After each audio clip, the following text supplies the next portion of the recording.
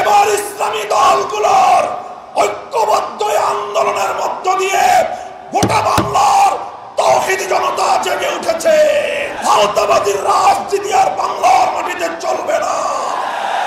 আমাদের এই গরিব দুঃখী মেহনতি মানুষের রক্ত আর ঘামে গড়া এই বাংলাদেশ আর কোনদিন শুধুমাত্র বনেদি আর শুধুমাত্র বনেদি এবং বড়লোকদের বাংলাদেশে আর থাকবে না ইনশাআল্লাহ।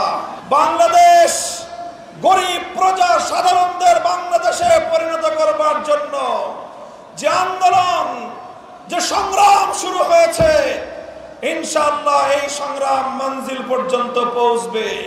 বড় বড় রাজনৈতিক দলগুলোর পক্ষ থেকে অনেক অফার দেওয়া হয়েছে। ছোট ছোট রাজনৈতিক দলগুলোকে বিভিন্ন আসন সমঝোতার অফার দেওয়া হয়েছে। আমাদের পরিষ্কার বক্তব্য, শুধুমাত্র জমিদারদের অংশীদার সাধারণ মানুষের লভ্যাংশের ভিত্তিতে আর বাংলাদেশ চলবে না। আমরা বাংলাদেশে আমাদের অধিকার চাই, মালিকানা কায়েম করতে চাই। বিগত দিনগুলোতে শুধু উন্নয়নের গল্প শোনানো হয়েছে। উন্নয়নের গল্পের একটা দৃষ্টান্ত আমরা দিয়ে থাকি। কেমন উন্নয়ন? বলে যে বাংলাদেশের আয় বেড়ে গেছে। কিভাবে আয় বাড়লো?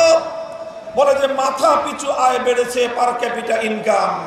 2025-24-25 অর্থ বছরে বাংলাদেশের মানুষের মাথা পিছু আয় হলো $2,820। আমাদের বাংলাদেশি মুদ্রায় 3,40,000 টাকা প্রতি মাসে বাংলাদেশের মানুষের গড় আয়। আমি এই বিশাল জনসমুদ্রকে জিজ্ঞাসা করতে চাই, আপনারা কয়জন প্রতি মাসে 3,40,000 টাকা আয় করেন? তাহলে কারা আয় করে 3,40,000 করে? সংগ্রামী সাথী ও বন্ধুগণ, ব্যাপারটা হলো এরকম। একজনে খাল পার হতে গিয়েছে, জিজ্ঞাসা করেছে গরিব একজন কৃষককে, খালে কি আমার ঠাই হবে? গরিব বলে যে না, খালে ঠাই হবে না, এই খালের মধ্যখানে 5 হাত পানি। বলে যে তোমার এই হিসাব দিয়ে চলবে না, উন্নত হিসাব লাগবে। এবার ইসলামী দলগুলোর ঐক্যবদ্ধ আন্দোলনের মধ্য দিয়ে গোটা বাংলার তৌহিদি জনতা জেগে উঠেছে। ভারতবাদীর রাজনীতি আর বাংলার মাটিতে চলবে না।